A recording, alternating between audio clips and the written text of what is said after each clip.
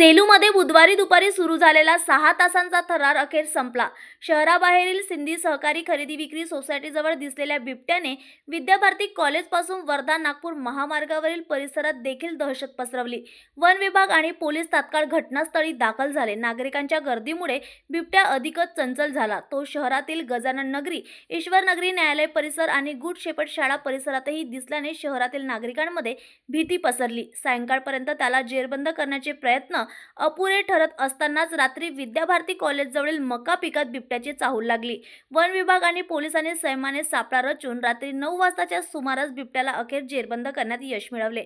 या कारवाईत गृहरक्षक दलाच्या एका कर्मचाऱ्याला किरकोळ दुखापत झाली. नागरिकांनी 6 तासांचा थरार अनुभवल्यानंतर सुटकेचा निश्वास सोडला आणि वन विभागाच्या तत्परतेमुळे संभाव्य अनर्थ टळल्याचे समाधान व्यक्त केले. साहसिक न्यूजसाठी सचिन धानकुंटेची रिपोर्ट.